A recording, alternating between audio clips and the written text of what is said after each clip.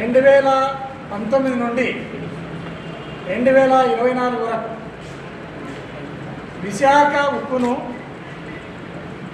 ప్రైవేటీకరణ చేయాలి అని కేంద్రం భావించినప్పుడు మన మాజీ ముఖ్యమంత్రి వర్యులు వైఎస్ జగన్మోహన్ రెడ్డి గారు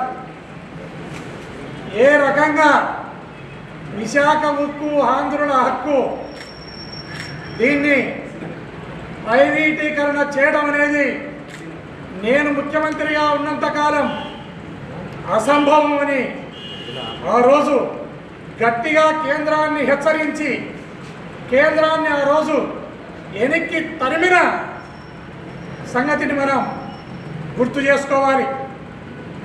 ఆ రోజు ప్రైవేటీకరణకు ఒప్పుకోకుండా కేంద్రం నుంచి ఎన్ని ఒత్తిడులు వచ్చినా ఎన్ని ఇబ్బందులు జగన్మోహన్ రెడ్డి గారిని పెట్టినా గట్టిగా కేంద్రాన్ని వ్యతిరేకించి విశాఖ హక్కును ఆంధ్రులకు చెందే విధంగా దాన్ని ప్రైవేటీకరణను ఒప్పుకోకుండా గట్టిగా నిలబడిన సంగతి మనమంతా కూడా మరొకసారి గుర్తు చేసుకోవాలని సందర్భంగా మీ ద్వారా రాష్ట్ర ప్రజలకు తెలియజేస్తున్నాను.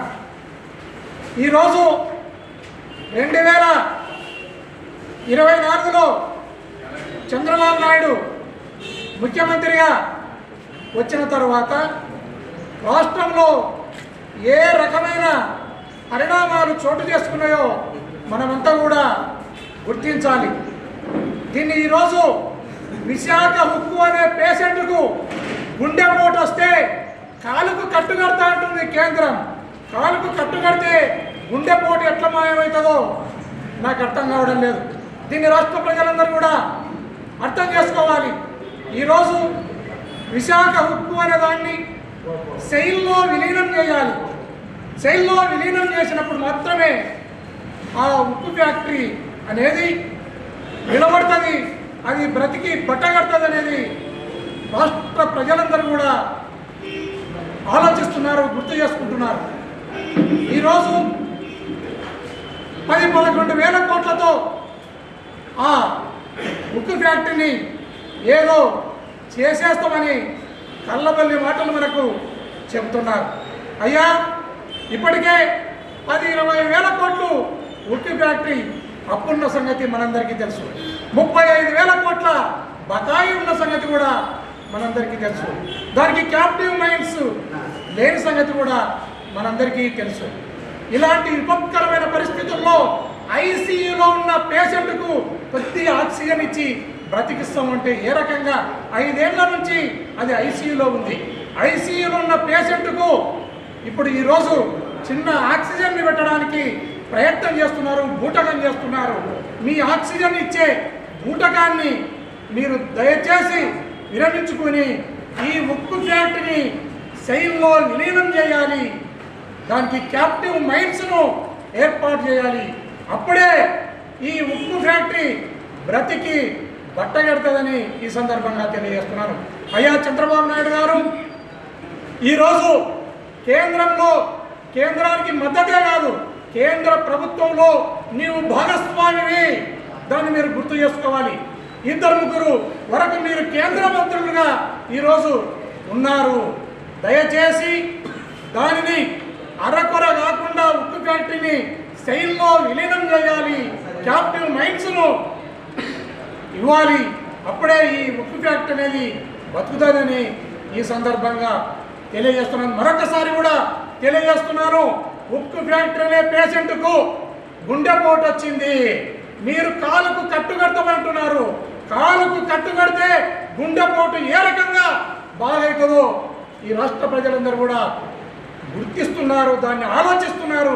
దీన్ని మైండ్లో పెట్టుకుని గుండెపోటును సరిచేయాలి తప్ప మీరు కాలుకు కట్టుకట్టడానికి పోవద్దు అని ఈ సందర్భంగా మీకు హితవు పలుకుతున్నాను. అదేవిధంగా నిన్న క్యాబినెట్ మీటింగ్ జరిగితే ఆ క్యాబినెట్ మీటింగ్లో మీరు ఇచ్చిన 6 హామీలు ఏవైతే ఉన్నాయో, సూపర్ 6 హామీలు ఏవైతే ఉన్నాయో ఆ హామీలను వచ్చే సంవత్సరం ఎప్పుడో మొదలు పెట్టడానికి నిన్న ఒక క్యాబినెట్ మీటింగ్ అవసరమని ఈ సందర్భంగా నేను రాష్ట్ర ప్రజలకు తెలియజేస్తున్నాను. ఈ పార్టీకి అప్పుడు 2019లో జగన్మోహన్ రెడ్డి గారు ముఖ్యమంత్రిగా ప్రమాణ స్వీకారం చేస్తే 7 నెలల్లోనే 42,000 కోట్లను ఈ రాష్ట్రంలోని ప్రజలకు చేరవేసిన సంగతి. 42,000 కోట్లను ఈ రాష్ట్ర ప్రజలకు, ఈ రాష్ట్రంలో అర్హులైన ప్రజలకు ఆయన పంచిన సంగతి మనం గుర్తు చేసుకోవాలి. ఆ రోజు అమ్మఒడి కానీ, చేయూత కానీ, ఆసర కానీ, ఆరోగ్యశ్రీ కానీ, తరువాత రైతులకు సంబంధించిన రైతు భరోసా కానీ, గ్రామాలలో అనేక రకాల స్కూళ్లను బాగు చేసే పద్ధతి కానీ, ఇవన్నీ కూడా 6-7 నెలల కాలంలోనే ఆయన చేయడం జరిగింది. ఇప్పటి వరకు నువ్వు ఏ ఒక్క హామీని కూడా, 7 నెలలు అయిపోయింది, ఏ ఒక్క హామీని కూడా నువ్వు నిలబెట్టలేకపోయినావు. నీవు ఏదైతే ఉచిత సిలిండర్ అని ఈరోజు నువ్వు మాట్లాడుతున్నావో, సిలిండర్ల దగ్గరికి పోయి డబ్బులు కట్టి ఉచితము ఎట్లయితుందో నాకు అర్థం కావడం లేదు. సిలిండర్ అక్కడికి పోయి డబ్బులు కట్టి సిలిండర్ తెచ్చుకుంటున్నావు. వీళ్ళు కట్టి తెచ్చుకుంటే నువ్వు ఎప్పుడో వేస్తావు. నువ్వు వేసేకి సిద్ధంగా లేవు.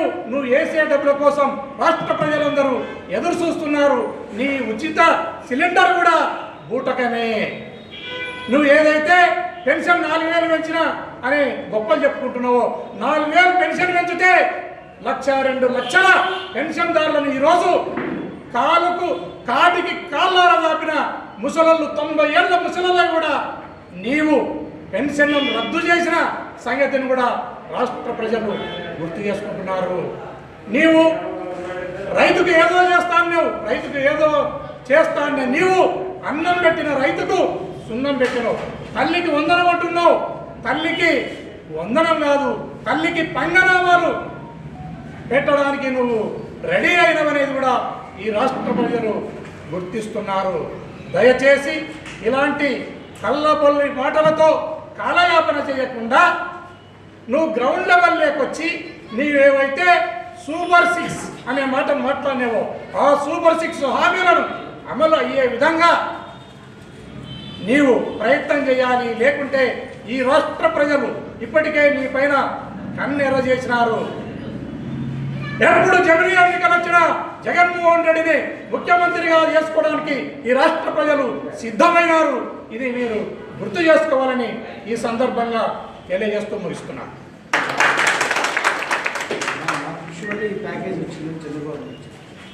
స్టీల్ ప్లాంట్ నీవు ప్రధానమంత్రి ఈ రాష్ట్రానికి వచ్చినప్పుడు నువ్వు ఈ ఉక్కు పరిశ్రమను గురించి ఒక మాట అడిగిన దాఖలా లేదు. నీవు నీ ఎంపీలు పార్లమెంటులో ఏనాడో మాట్లాడేది లేదు.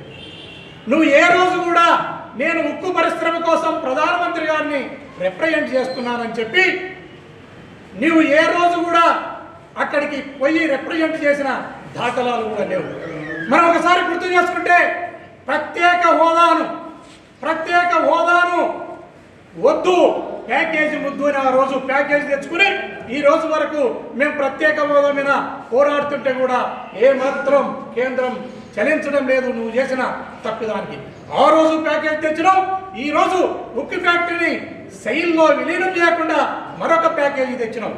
ఆ రోజు ఒక ఏటీఎం, ఈ రోజు నీకు ఇది ఒక ఏటీఎంగా మారబోతుంది. ఇది స్వయాన ఈ దేశ ప్రధాని నరేంద్ర మోడీ గారే ఎన్నోసార్లు నీకు ఏటీఎంగా మారింది ఈ ప్రత్యేక ప్యాకేజ్ అనేది అనే మాటను ఎన్నోసార్లు ఆయన చెప్పడం జరిగింది. అదేవిధంగానే దానికి ఒక ప్యాకేజీ, ప్రత్యేక హోదాకు ఒక ప్యాకేజీ, విశాఖ ఉక్కును శైలిలో విలీనం చేయకుండా మరొక ప్యాకేజీని తెచ్చిన మోసపూరితమైన ఆలోచన నీదని ఈ సందర్భంగా తెలియజేస్తున్నాను.